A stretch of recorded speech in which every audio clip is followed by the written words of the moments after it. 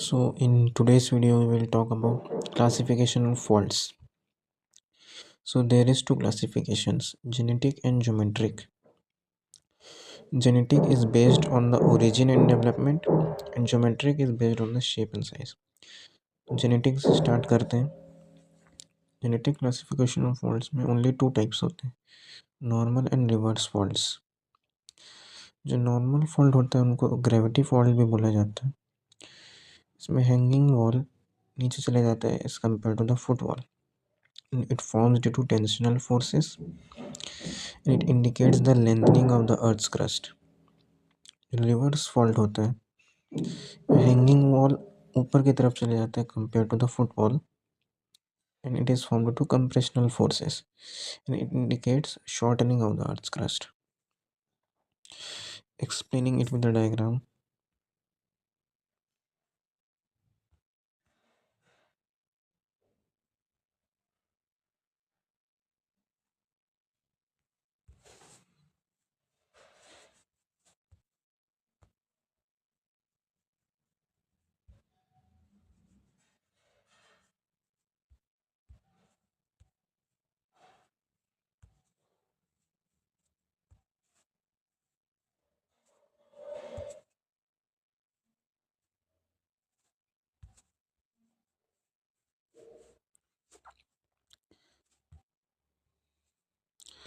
So tensional forces, it leads to the stretching,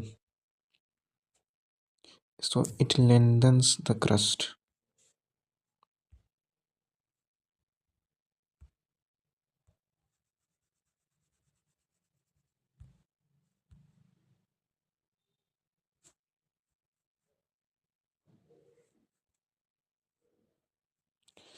So this is the hanging wall, this is the foot wall, and this is normal fault.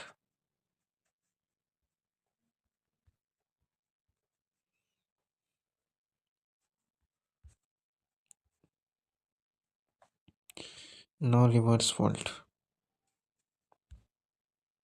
Just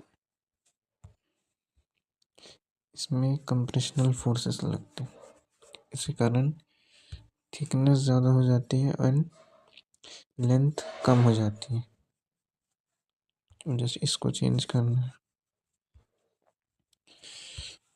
जो hanging wall है ऊपर आ जाएगा and foot wall नीचे चला जाएगा. ये हो जाएगा हमारा रिवर्स फॉल्ट.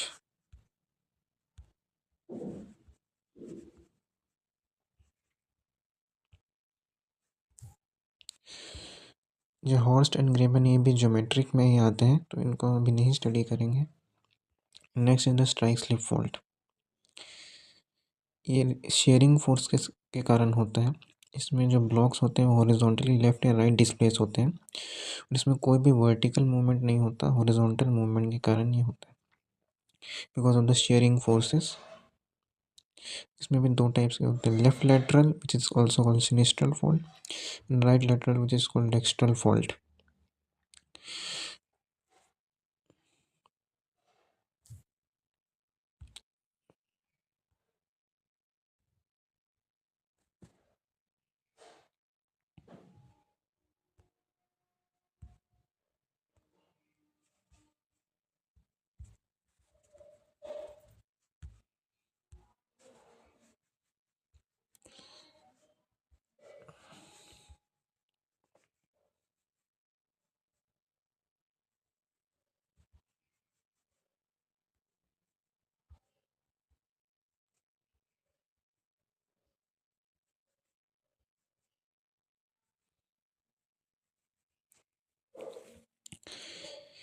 इसमें फॉल्ट प्लेन जो है वो लेफ्ट साइड वाला विजिबल हो रहा है तो हम इसको सिनिस्ट्रल फॉल्ट बोल देंगे. नो, इसमें लेफ्ट ब्लॉक डिस्प्लेस हुआ है और जो इसका फॉल्ट प्लेन विजिबल है तो इसको हम सिनिस्ट्रल फॉल्ट बोलेंगे. एंड सिमिलरली डेक्स्ट्रल फॉल्ट होगा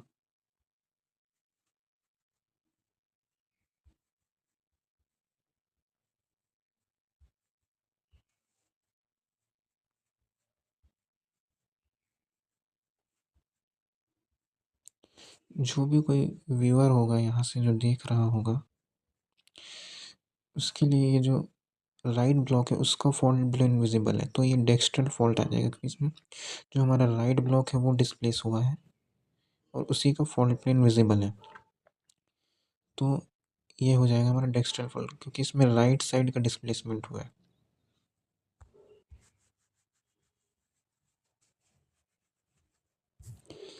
हम बोलते हैं ज्योमेट्रिकल क्लासिफिकेशन ऑफ फॉल्ट्स में, इसमें हमारे हॉर्स्ट एंड ग्रीवन स्ट्रक्चर्स हैं।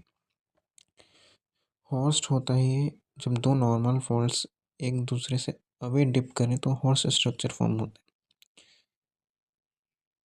है। एंड ग्रीवन स्ट्रक्चर जब दो नॉर्मल फॉल्ट्स एक दूसरे की तरफ डिप करें तो ग्रीवन स्ट्रक्चर फॉर्म हो जाता है। इसको डायग्राम से समझते हैं।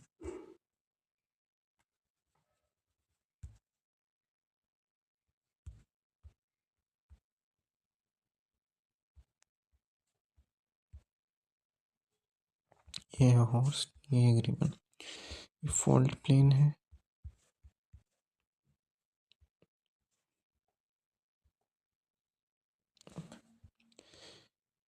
ये फॉल्ट प्लेन है, इसके परपेंडिकुलर में एक एरो ड्रॉ करेंगे तो ये अगर ये अपवर्ड्स पॉइंट करता है तो ये हैंगिंग वॉल साइड को रिप्रेजेंट करता है, और अगर हैंगिंग वॉल साइड नीचे की तरफ है इज नॉर्मल फॉल्ट। तो ये नॉर्मल फॉल्ट है और इसमें जो ब्लॉक है वो अप थ्रो साइड में जो ब्लॉक है उसको हम हॉस्ट बोलेंगे, और जो ब्लॉक नीचे की तरफ है उसको हम ग्रेवन बोलेंगे।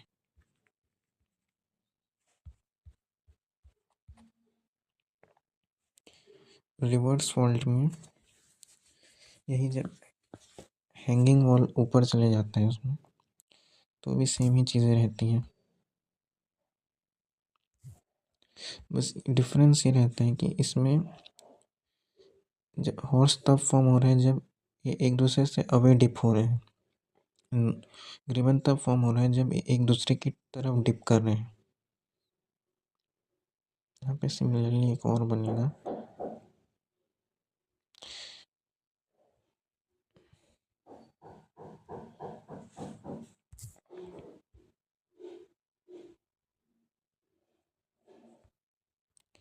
now based on the dip of the beds, dip slip and oblique slip। इसी डायग्राम में देख सकते हैं डिप स्लिप है, उसमें movement is downward along the dip of the fault,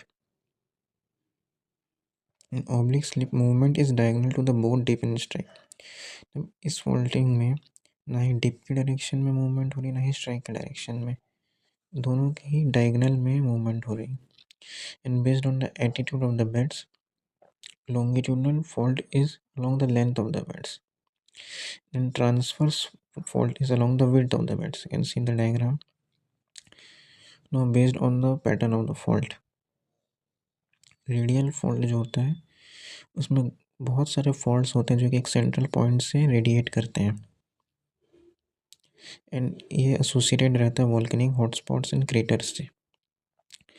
and जो पैरेलल फॉल्ट्स होते हैं वो एक सीरीज ऑफ फॉल्ट्स होते हैं जिनकी डिप एंड स्ट्राइक वैल्यूज होती हैं वो सेम होती हैं। एनिंक्लोन फॉल्ट वो टाइप का फॉल्ट है जिसमें बहुत सारे फॉल्ट्स होते हैं जो कि पार्शियली ओवरलैप करते हैं। स्टेप फॉल्ट होते हैं, ये एक प्रकार का पैरेलल फॉल्ट ही है जिसमें जब डाउन थ्रो होता है ब्लॉक्स का वो एक स्टेप लाइक स्ट्रक्चर फॉर्म करता है।